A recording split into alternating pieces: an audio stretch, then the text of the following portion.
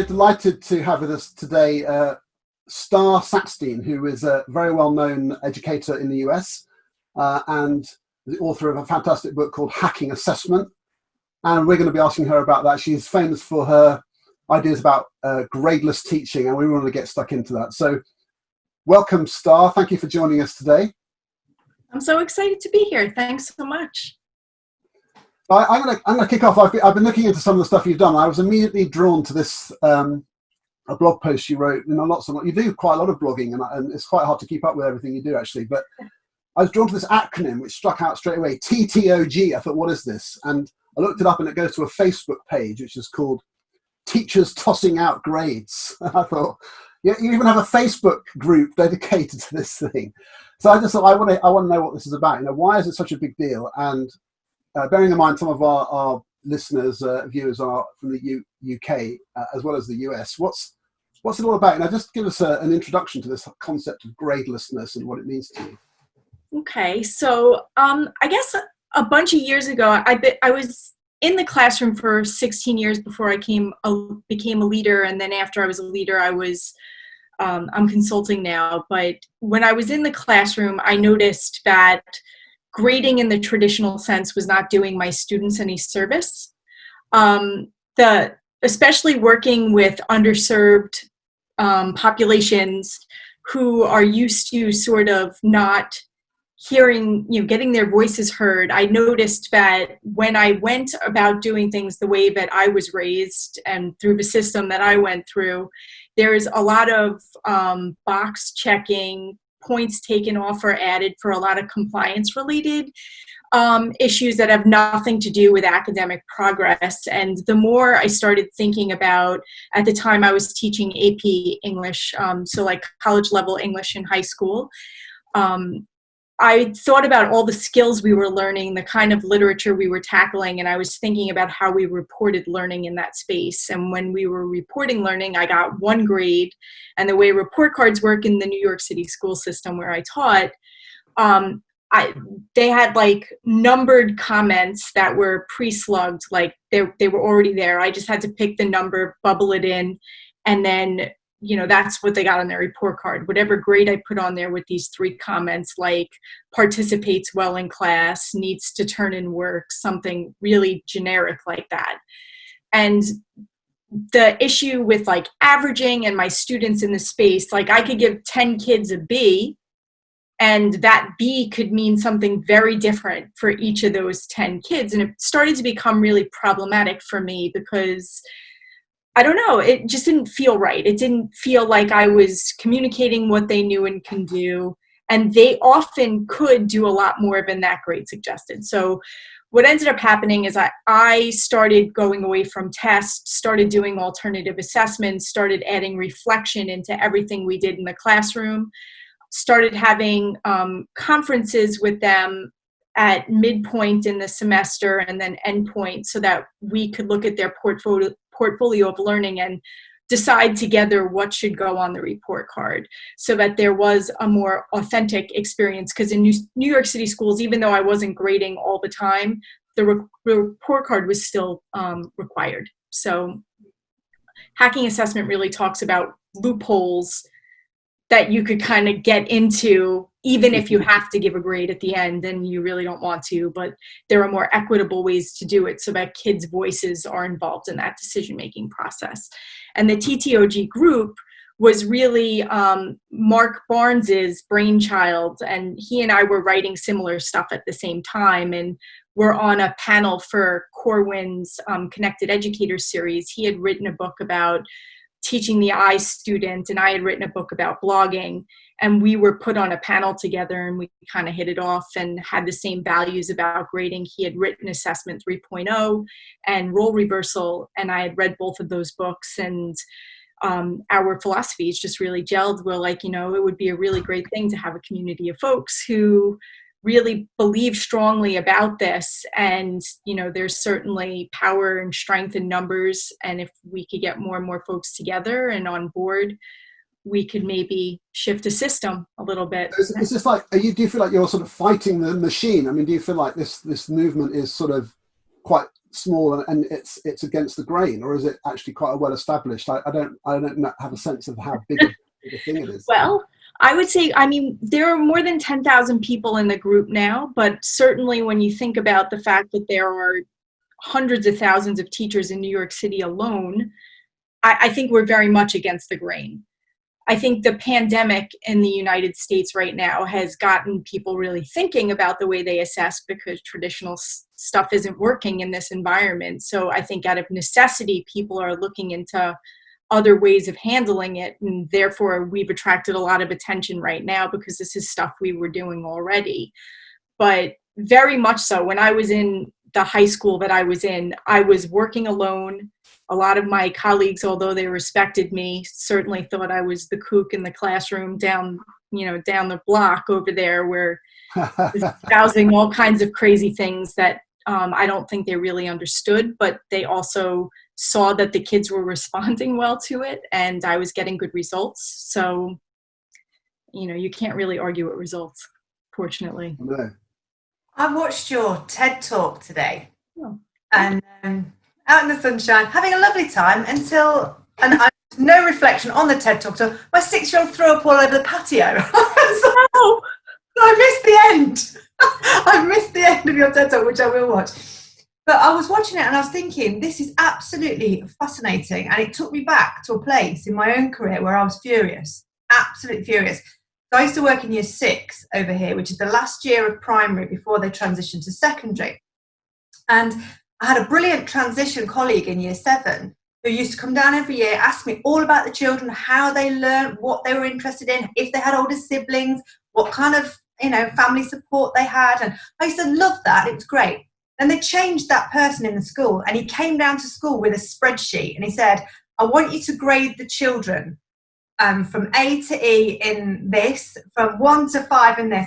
And I absolutely lost it. I was just like, you can't do this to my children. These are people. So I was watching your TED Talk thinking, this is exactly the argument that I was having at a transition from primary to secondary. And then I became fascinated about what actually is a grade school, because obviously you have those in America, but our system's very different here. So for our kind of UK viewers, if you could kind of outline what grade school is and how grades work, because I was listening to it kind of learning on the fly. So, I mean, the way the system is here, we're K-12, and in a lot of, you have your kindergartens usually straight up. Some schools go through 5th grade, some go through 6th grade, then you have middle school, then you have high school. By the time they get to high school, everybody's worried about college. And the way that they do college here is you need to have a transcript to be able to apply to college so that you have something that says you're qualified, I guess, to be there. And I could speak all day about how transcripts aren't the only way to get into college, because I've had to learn a lot about how colleges admit students, because that's one of the major arguments and pushback I get from high school teachers who say, well, we can't give up grades because we need to have report cards and we need to be doing all these things. So the way that grading works in the high school level is depending on how your school, what kind of system you're on, we were on a semester schedule. So half year, and in each of those half years, you have 3 grading periods, usually about 2 months, like a month and a half in length. And you have a midterm where you could do a progress report, and then a grade at the end. And the idea is that these grades are supposed to communicate the level that kids are performing at in whatever classes that they're taking.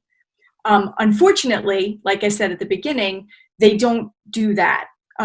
They communicate how well kids follow directions. They communicate, basically, not that communicating efforts, not a bad thing. Obviously, we want to promote a growth mindset, but what it really doesn't do is talk about process. It's only looking at products, and it's only looking at how well a student was able to do what a teacher said. And I was, if you saw the TED Talk, I was an A student. I was that kid who jumped through all the hoops. I was in all honors classes. I was very compliant, at least in front of my teachers. I had whatever rebellion I needed to be doing outside of those spaces.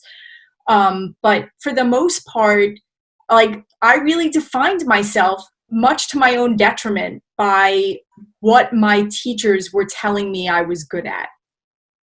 And I'm writing a book right now for ASCD, which is all about kind of debunking that, because so much of our personal identities are attached to these validating ideas of, or maybe on the other end, not so validating, about who we are as people, depending on how these teachers grade us and the work that we do.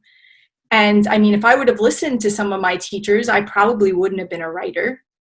I mean, I always wrote and I love to write, but I certainly, like, I had a 10th grade English teacher who absolutely humiliated me in front of an entire class because I didn't do it her way. She threw it up on the overhead and had the class crossing out what I did wrong, and my name was still on it. People knew that it was me, and I'm sinking in my chair while they're shredding my essay, and it stays with you.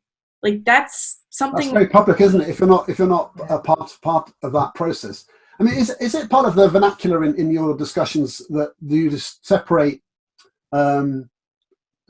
formative assessment and summative assessment in terms of grading? Because I think that's quite an important distinction to make, isn't it? That there is a need for some summative assessment, because you kind of need to know where you stand. If you're saying to a parent or yourself, how am I doing?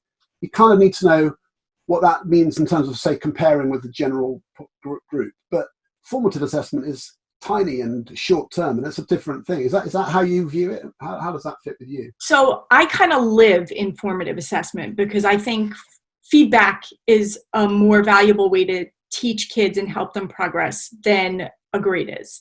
I believe that when you put a grade on something, the learning ends. Students think it's done. They're not going to go back and revise when they see a grade on something. And as a writing and reading, as a literacy teacher, my biggest thing is trying to help them understand that no piece of writing is actually ever done. I mean, we might stop at some point because it doesn't make sense to keep going with it. But as we grow as writers, our voice continues to evolve, and we could look at things that we wrote years ago and go back to it, and it could evolve further if that's something we wanted to give time to.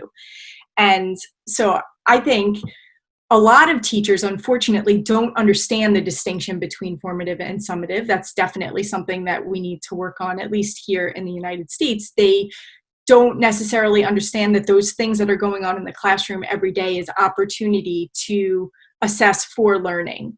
How, have those checkpoints, like John Hattie's work with visible learning, try to get kids to start expressing, how am I doing? How do I know I'm doing that? And, what are my next steps to get to where I need to go? So working a lot with goal setting, and then having really targeted formative tasks where I could give really specific feedback to them, is the way that we have to be doing that. So I think you're spot on with that distinction. I think summative work is important only for that checkpoint, but still understanding that that's just a moment in time. It's not the end of the learning. It's just the end of what we're learning right now. And then we're going to pick up on that, especially in an English class where, you're constantly building on the same standards, and, they're building in complexity and sort of evolving through the years. I taught mostly 12th grade, so the kids were getting ready to go to college when they were in my class usually. It's interesting, isn't it? Like we've had a big revolution in England because of changes to national policy around assessment. A lot of people have been thinking about it. And Emma, what's your sense of how that's affected, your practice with, levels going and all of that? It's interesting. Oh, do you know what? I was kind of still in year 6 when they did the abolition of national curriculum levels.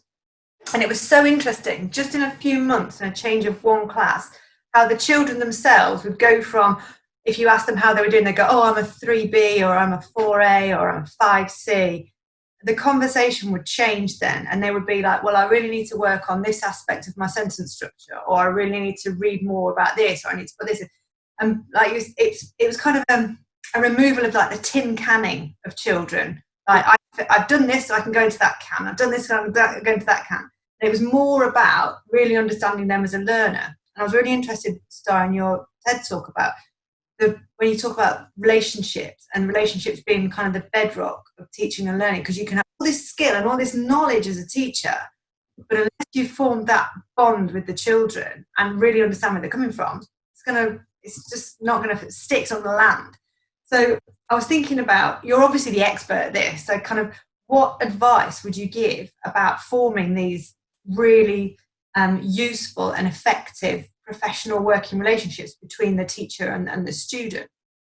So I was always one of those teachers. I also was the newspaper advisor. So my students had my cell phone, because if we were getting ready to go to print and something went badly wrong and I wasn't there, they needed to be able to get in touch with me so that I could be involved in that process.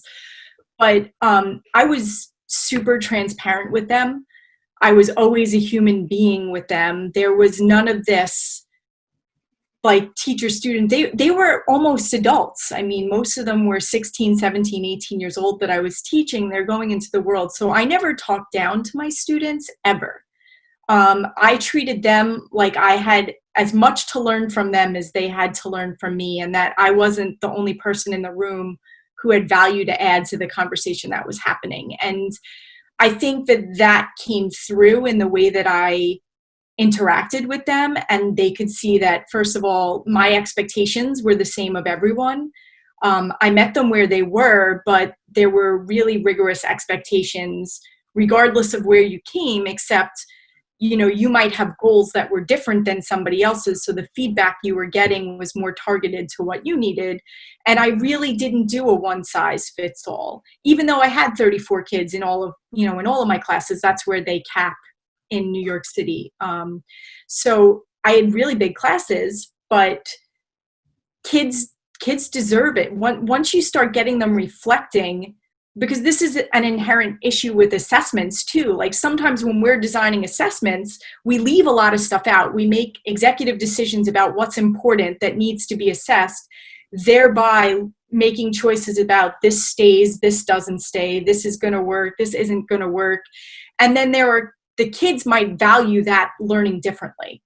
So what I had to start trying to do was design projects that gave them opportunities to add in those blind spots that I might not see. How can they show me everything that they've learned in a way that's going to most promote their success? So it's not about making things super hard so no one can be successful. It's about knowing their strengths and then allowing them to play to their strengths while we're supporting the other stuff that is considered weak, so that they could still feel successful and get some constructive feedback, but also still get validation about the stuff that they're doing right. And even though it's an English class, doesn't mean it only has to be papers that they're submitting. They could make movies. They could design things that can show the content in different ways. And I don't need to know how to do it if they know how to do it, and I can follow it, and I can be confident enough to know that what they're conveying to me is something that's going to show, like, here are the standards, and the standards were a part of our class. We talked about them all the time. They understood the learning targets. They understood what we were doing. They had their individual goals based on the feedback they had been getting all year. And then they demonstrate their learning in these performance tasks that I was getting their input in when they were being designed. And essentially what would then end up happening is when they completed it, they had to write a standards-based reflection that told me how they felt they did on a mastery level against the particular standards we were looking at, the areas that they were working on, so that when I was looking at their final product, I was looking at it through the lens of whatever learning they were doing independently. So if they were working on, analyzing and building good evidence, that's what I was focusing on for that student. If another student was working on developing ideas or cohesion between ideas, then that was where I could give them feedback on that. And what it did was it really allowed me an opportunity to differentiate the learning in a very personalized way without adding too much extra time to the time I would have been spending looking at their work anyway. And they would do group assignments when they were learning the skills before they did the independent projects. So they had time to work it out with their peers before I assessed the learning in an independent assignment. You're sort of involving them. It sounds like you're involving them in understanding what the success criteria, what the standards are. Constructed Ways of responding. Yeah. So there's lots of different ways of sort of being excellent, but you can always improve. I'm interested in say, some whether or not you use things like Ron Berger's Austin's Butterfly video. Do you ever show that? That's like in England. That's the most used sort of piece of training material. Austin's Butterfly. Everyone's seen it, and because it's got this whole metaphor of constant improvement and positive specific feedback. Is that? Do you reference those sorts of things in your work? So we talk about growth, like Carol Dweck's growth mindset a whole bunch, and we also kind of by the 12th grade, they were co-constructing success criteria where we would look at exemplars and I would say, well, what do you notice about this? What makes it effective? Or is it effective? Let's start there. Is this piece an effective piece? What makes it effective? And then if you needed to replicate what's going on in this piece after we've decided it was effective, what do you need to do to be successful? And then we would backward plan together. Which of those skills do you need mini lessons on? And they were really as much a part of that conversation as I was.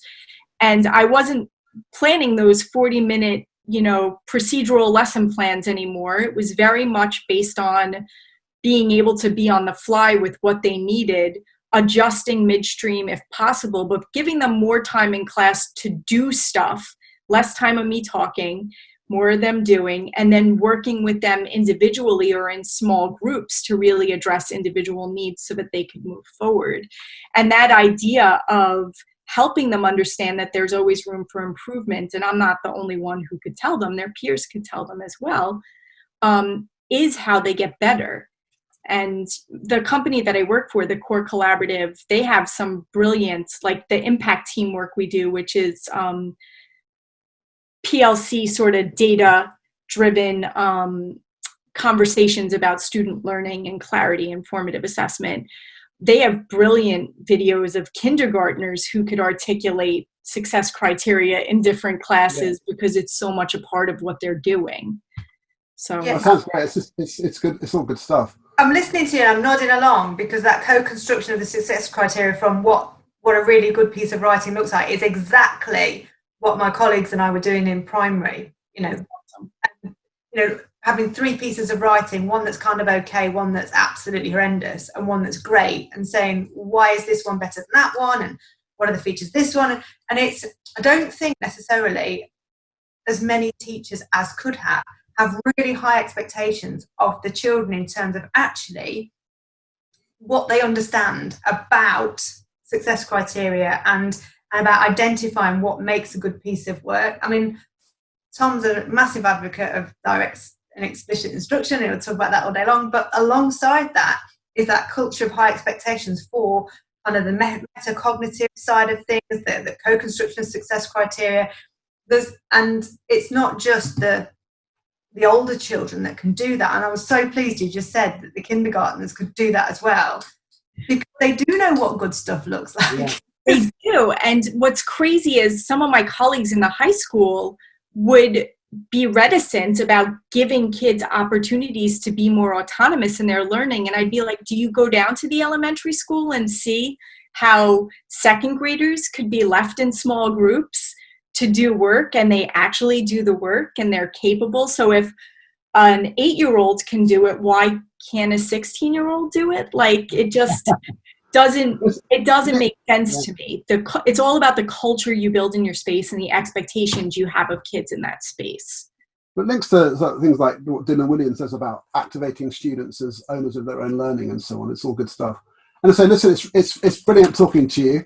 I think we've kind of run out of time for our segment here, but it's been really fantastic talking to you, Starr. Fascinating, honestly. And I think if you're out there wanting to get some ideas about assessment, and Starr's book is brilliant, so check it out. Thank you so much for joining us today. Thank you so much.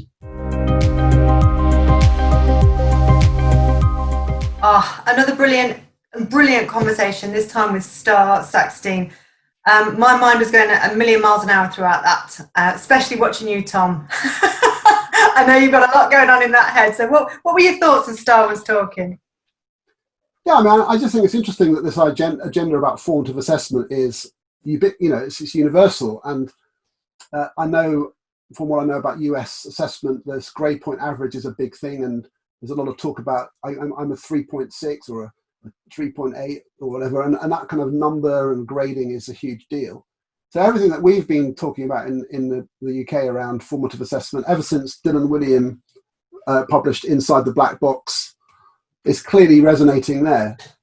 And she's feeling like she's, it's almost like championing a movement to engage in a more authentic process of assessment, which for her is all about getting students to understand success and be involved in the process. So I think it's interesting. I think in this world, we're trying to talk about mind the gap, and you've got to come at things from different perspectives, and you can see her perspective there was clearly sort of against this whole formalization of report grading and stuff. So I thought that was really interesting, and she's got a lot of practical ideas from her perspective as a high school English teacher to involve students in understanding what excellence looks like and how to engage them. So yeah, I thought that was great, and I think she's the voice of an authentic teacher there, wrestling with an issue, which and I think that's so exciting to hear someone finding that kind of voice. And her book, Hacking Assessment, is 10 very specific things to do, which is worth looking at. Obviously, we only scratched the surface in that short conversation in a way. And what about you? What I could see that the whole thing that we've been through with taking away levels and stuff, we've been discussing the things at different ends of the age range, I suppose. So what was your take? Yeah, I mean, it was a lot of what she was saying was stuff that we've been doing in primary for a long time, and quite successfully. And it really, as I said, chimed with me when she said about the removal of grades from children, how that completely changed their attitudes towards the subject. And I saw that firsthand when national curriculum levels were removed.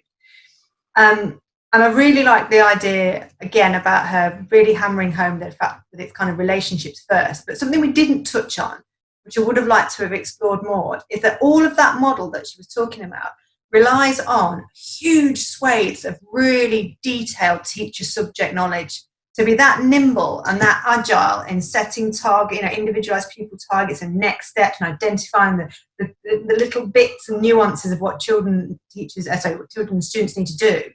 We didn't touch on the fact that actually you have to be a hugely knowledgeable, skillful teacher in order to do that to best effect. Yeah. I would have liked to explore that with her. And also the idea of curriculum coverage, as in what do you teach in your curriculum to then be that kind of nimble and agile within it, and to set up that formative assessment. So if we had her back on again, I'd like to unpick a little bit more about teacher subject knowledge and curriculum. And to be honest with you, assessment is an enormous area. There's a lot of value in talking about whole class feedback as part of the diet, so you get a lot of feedback generated, as well as what she was focusing more, which is very individualized, because that creates a bit of a workload pressure if you feel. I did think that. No, so there's anyway. But I as a opening sort of exploratory discussion with someone from a different context to ours, I thought that was really really interesting. As I kind of you could see her enthusiasm, and we had as much chat after we stopped recording as during it, because there's so much more to say. That's the way it goes, isn't it? And it wasn't at all me bemoaning transition procedures at all, Tom. There's a lot to be said for I mean, all those things. Now, one of my favourite assessment stories was when a head teacher told me, it was like a joke, she said, I'm really proud to say every single one of my children knows the level that they're at if you ask them. She said, the only trouble is it's always 5B, which is the joke, because in other words, they had learnt to get everyone off their back, you just say 5B and everyone leaves you alone. He's here all night, folks. Assessment jokes are the funniest, It's the way I tell them. Oh, God, Tom, you're not going to get out of consultancy anytime soon.